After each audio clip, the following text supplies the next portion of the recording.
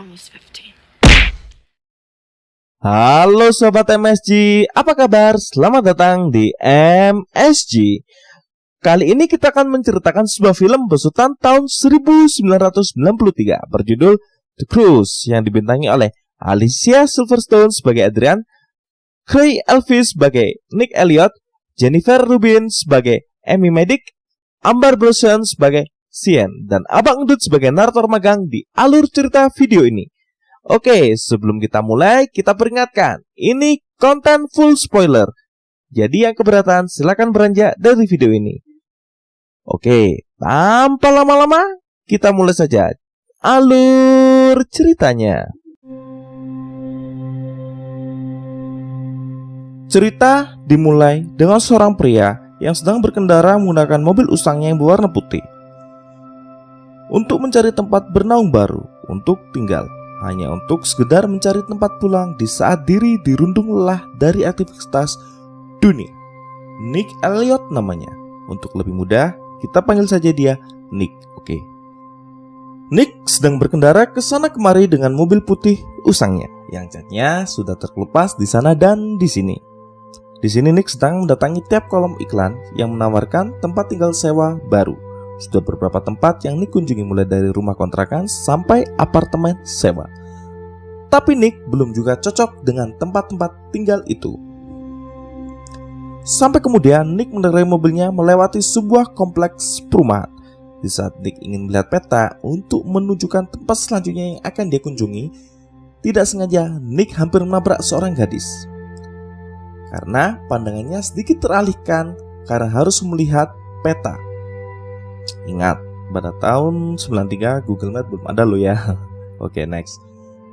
Nick terkejut dan menginjak rem. Untungnya mobil Nick berhenti tepat pada waktunya sebelum menabrak gadis itu. Sontak kejadian itu membuat Nick terkejut dan sejenak membuat Nick membeku. Tapi gadis itu dengan santainya menatap balik ke arah Nick dan pergi begitu saja, seakan tidak terjadi sesuatu. Kemudian secara kebetulan di tempat Nick berhenti ada sebuah papan iklan kecil putih dan bertulis rumah disewakan. Tanpa pikir panjang, Nick menuju rumah itu dan menekan bel. Dan keluarlah pemilik rumah. Wanita itu bernama Nyonya Liv Foster. Biar mudah kita panggil saja Nyonya Liv. Nyonya Liv berkata, "Ya, ada yang bisa dibantu?" Lalu Nick menjawab, "Aku melihat tulisan di depan dan aku boleh melihat rumah sewa itu." Kemudian Nick diantar menuju rumah itu. Rumah kayu berwarna putih besar dan banyak pohon di kanan dan kirinya. Tanpa pikir panjang, Nick mengatakan, "Ya, aku menyukainya dan aku akan mengambilnya." Setelah sepakat dengan Nyonya Liv, Nick langsung menurunkan semua barang-barangnya dari dalam mobil. Setelah selesai, Nick duduk sejenak untuk meluruskan punggungnya. Beberapa waktu berikutnya, ada seorang gadis yang bersembunyi di balik dinding batu sambil mengamati ke arah rumah Nick. Gadis ini bernama Adrian Foster, putri dan anak satu-satunya dari keluarga Foster, sekaligus gadis yang hampir ditabrak oleh Nick tadi. Sudah dari tadi, Adrian mengamati Nick sambil terus mencatat sesuatu, entah apa yang dicatat. Tak selang lama, seorang gadis bernama Cien yang memang mencari Adrian. Cien sendiri merupakan teman akrab Adrian. Cien tampak heran dan bertanya-tanya apa yang dilakukan oleh Adrian. Cien bertanya, "Ada masalah apa?" Adrian menjawab, "Orang tuaku menyewakan rumah tamu kepada seorang pria." Jadi, Adrian meminta Cien untuk melihat siapa pria itu dan bagaimana dia. Kemudian Cien langsung menuju rumah itu dan berdiri terdiam di dekat pintu. Saat yang bersamaan, Nick sedang memperbaiki pipa pembuangan. Nick sadar ada yang datang dan berkata, "Siapa di sana?" Cien menjawab, "Apa?" Kemudian Nick menimpali, "Kenalkan dirimu, musuh atau teman?" Cien menjawab, "Tergantung." Kemudian Nick bertanya, "Siapa namamu?" Cien menjawab, "Namaku Cien." Kemudian Cien pergi. Asli dialognya gitu aja. Oke, lanjut ya. Lalu Cien pergi menemui Adrian. Lalu Adrian bertanya kepada Cien, "Bagaimana dia?" Cien menjawab, "Keren tapi tua." Kalau dilihat dari gerak-geriknya si Adrian ini suka yang udah berumur kayaknya, udah berpengalaman, bukan berumur, berpengalaman. Oke, next. Pagi harinya saat Nick pergi ke kantor, kelihatannya di sini Nick telat. Dan dia ditegur oleh pemimpin kantor. karena telat. Di sini Nick bertemu dengan Amy, teman kerjanya. Lalu Nick mengikuti rapat dan dia diminta untuk mencari tahu mengenai Robert Levansky. Tapi Nick berkata pada pemimpin, Robert Levansky adalah orang yang baru saja keluar dari penjara dan dia menolak semua wawancara untuk dirinya. Tapi pemimpin kantor tidak mau tahu. Dia ingin laporannya di hari Jumat. Dengan muka kebingungan akhirnya Nick mengiyakan.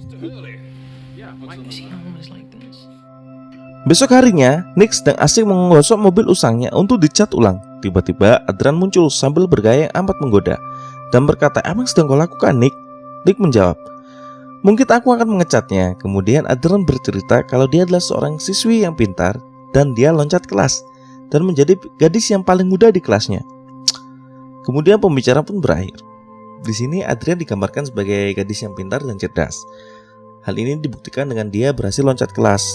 Dan karena hal itu, dia punya lingkungan yang melebihi usianya.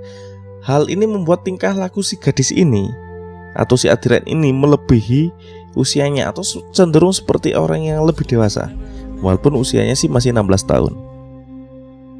Besok malamnya, Nick Elliot mengerjakan pekerjaannya di rumah sambil menyalakan sebatang cerutu.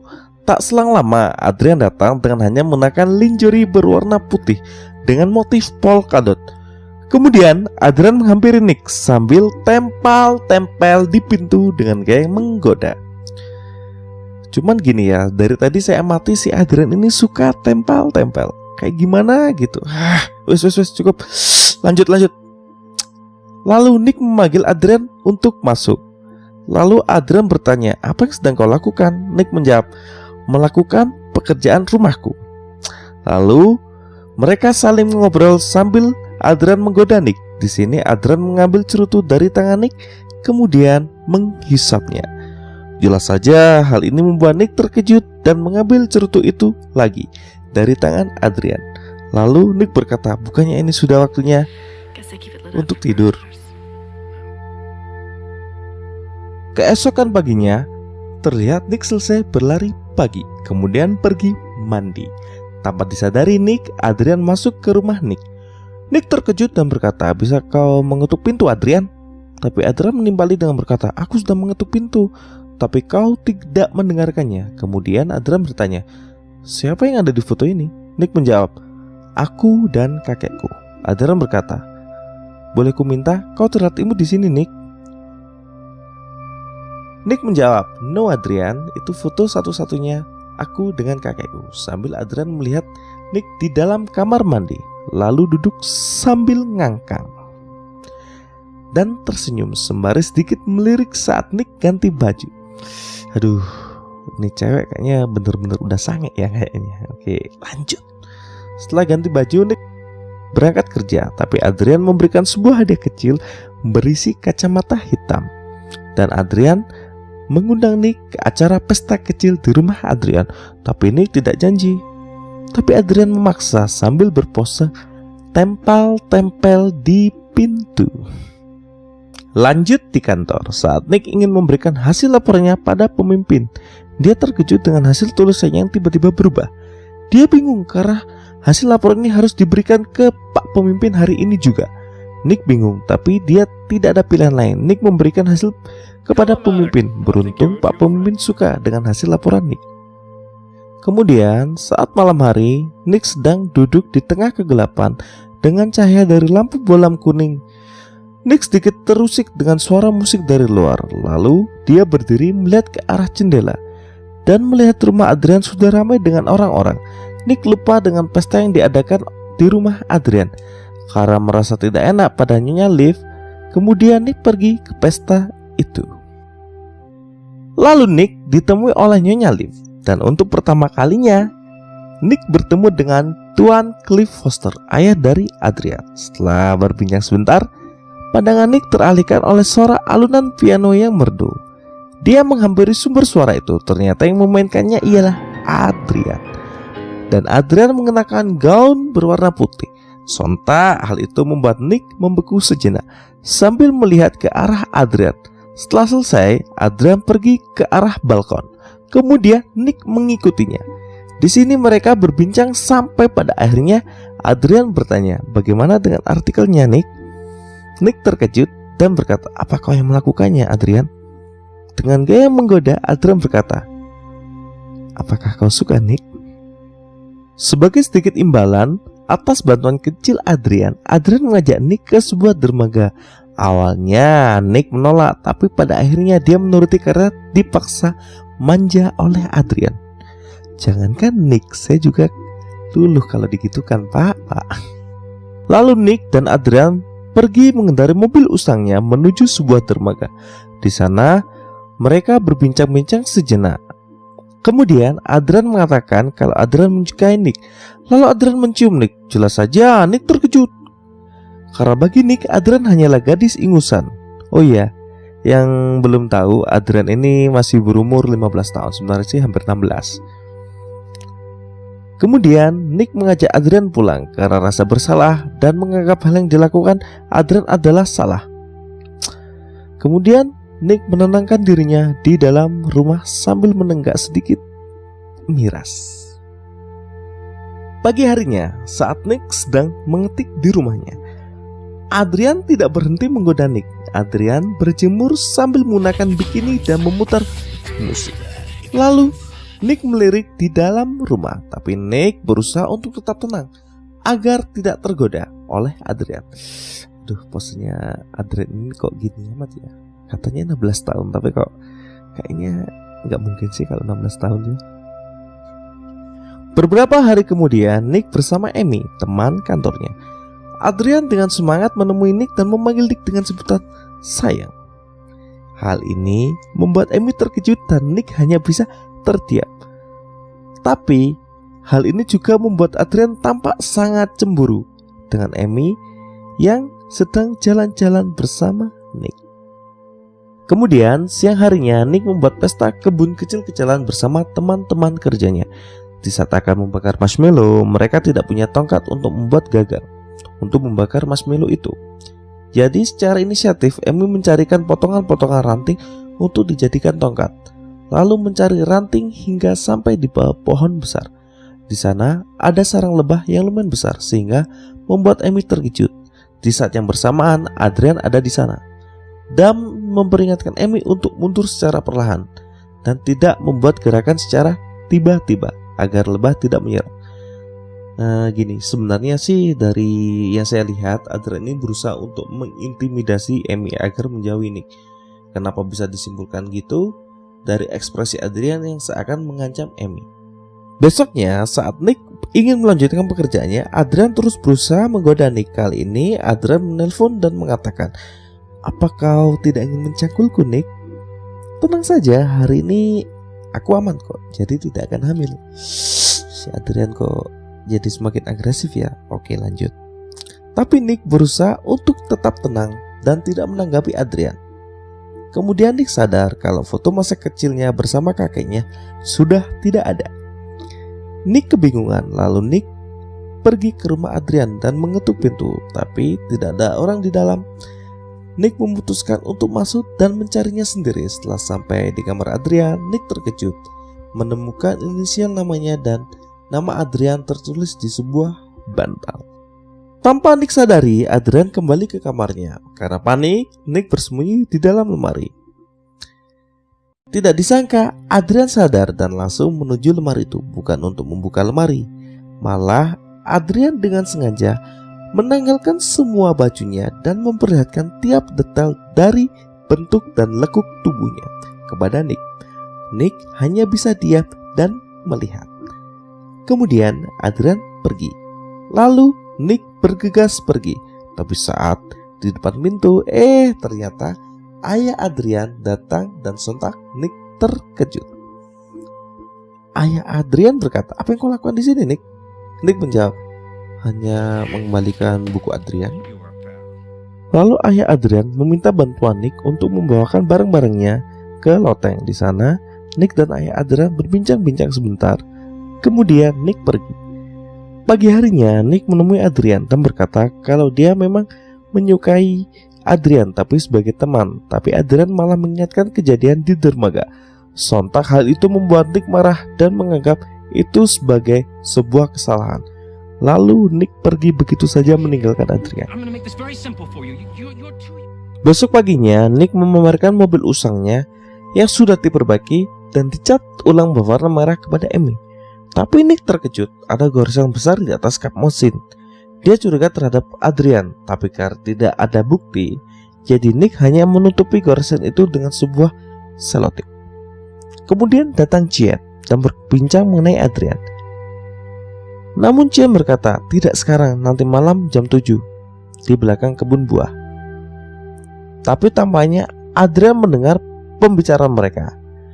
Karena itu Adrian merencanakan mencelakai Chien saat latihan berkuda dengan cara mengendori pelana kuda Chien.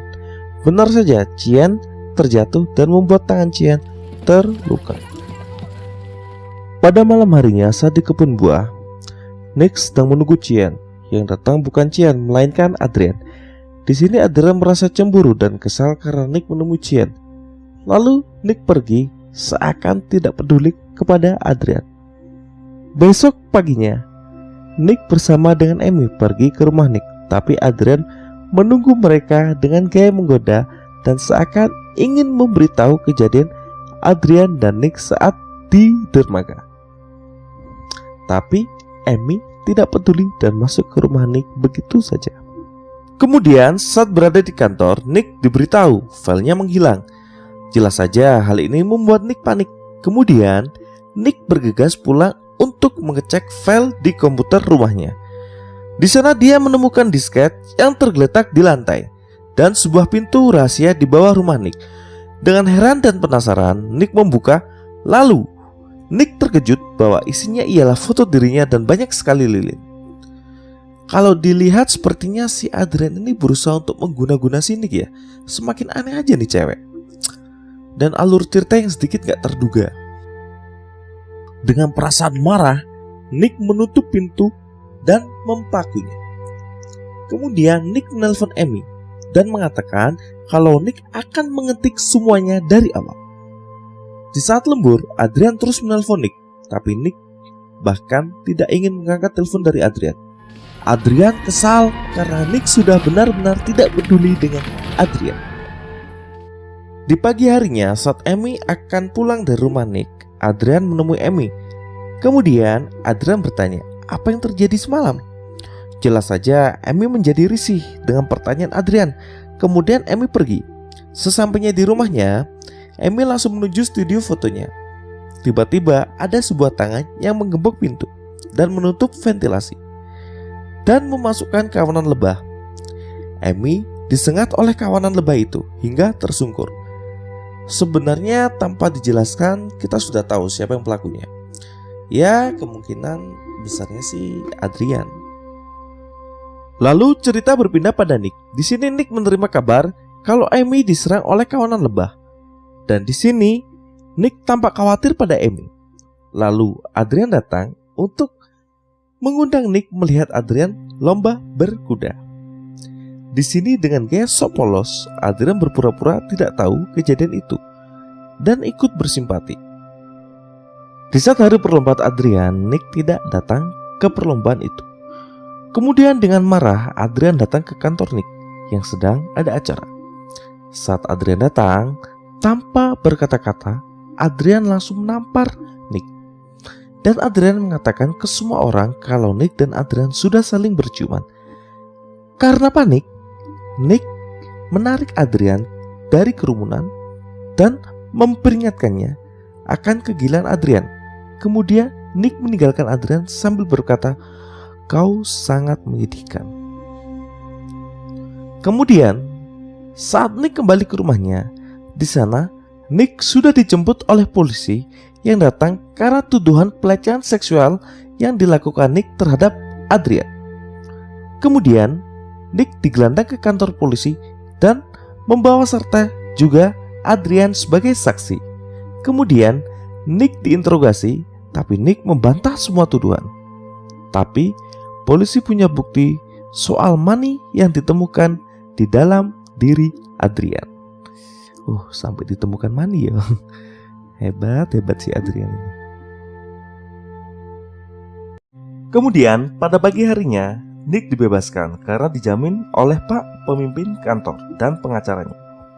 sampai hasil spermanya sesuai dengan tes darah milik Nick. Nick juga menjelaskan bahwa Adrian mendapatkan sperma itu dari kondom bekas yang dia buang setelah Nick melakukannya dengan Amy. Licik juga ya si Adrian ini pakai cara yang gak kepikiran sama kita. Pada malam harinya, Nick datang ke rumahnya sebentar untuk mengambil barang-barangnya. Di sana Nick dikejutkan oleh Chien yang tiba-tiba berdiri di belakang Nick. Chien mengatakan, "Kita butuh bicara sebentar soal Adrian." Kemudian Nick duduk dan mendengarkan Chien. Chien menjelaskan mengenai kejadian kawanan tawon yang menyerang Amy dan juga mengenai Rick, seorang pembina kamp pramuka yang ditaksir oleh Adrian. Tapi sayangnya Rick menolak Adrian karena kecewa Adrian meracuni Rick. Tapi semuanya menganggap itu hanya sebuah kecelakaan. Tapi Nick mengatakan, "Aku tidak cukup bukti." Chien berkata, Adrian selalu menulisnya di buku hariannya. Itu sudah lebih cukup sebagai bukti. Lalu Nick berkata, "Akan kuhubungi pengacaraku soal itu. Jadi Chien, sekarang kau boleh pergi. Aku sudah dapat banyak masalah hari ini. Aku tidak ingin ada lagi masalah." Lalu Chien pergi. Tapi tidak pulang, malah ke rumah Adrian. Mungkin Chien mau membantu Nick untuk mengambil buku harian itu. Kemudian terdengar suara alunan piano. Nick melihat ke arah pintu dan melihat rumah Adrian terbuka dan lampu menyala. Nick sadar kalau Chien mencari buku harian itu. Kemudian Nick berlari menuju rumah Adrian. Sesampainya di rumah Adrian, Nick memanggil-manggil Chien yang disekap oleh Adrian. Kemudian Nick menemukan mainan yang mengeluarkan musik dan mematikannya. Kemudian terus mencari Chien sampai ke kamar Adrian. Di sana Nick menemukan foto dirinya dan kakeknya yang hilang di tengah-tengah sebuah ritual yang banyak lilin. Lalu Adrian muncul dan berkata, "Aku sangat mencintaimu, Nick." Tapi Nick tidak peduli dan terus mencari Chien. Tanpa diduga, Adrian memukul kepala Nick dari belakang. Lalu terjadi aksi saling dorong hingga Nick jatuh dari lantai 2. Tapi Nick masih bisa bangun. Tak selang lama, ayah Adrian datang untuk mencari Adrian. Di sisi lain, Nick terus mencari Chien sampai ke atas loteng. Nick menemukan bahwa Chien diikat di sebuah komedi putar yang berada di atas loteng. Saat akan melepaskan Chien, Adrian muncul dari belakang. Kemudian Adrian memukul Nick. Untungnya, Nick bisa menangkis pukulan Adrian. Lalu terjadi aksi dorong-mendorong lagi. Tak selang lama, ayah Adrian datang dan menarik Nick. Kemudian mencekiknya. Karena melihat orang yang dia cintai dalam bahaya, Adrian memukul ayahnya hingga pingsan untuk menolong Nick. Kemudian Nick berdiri.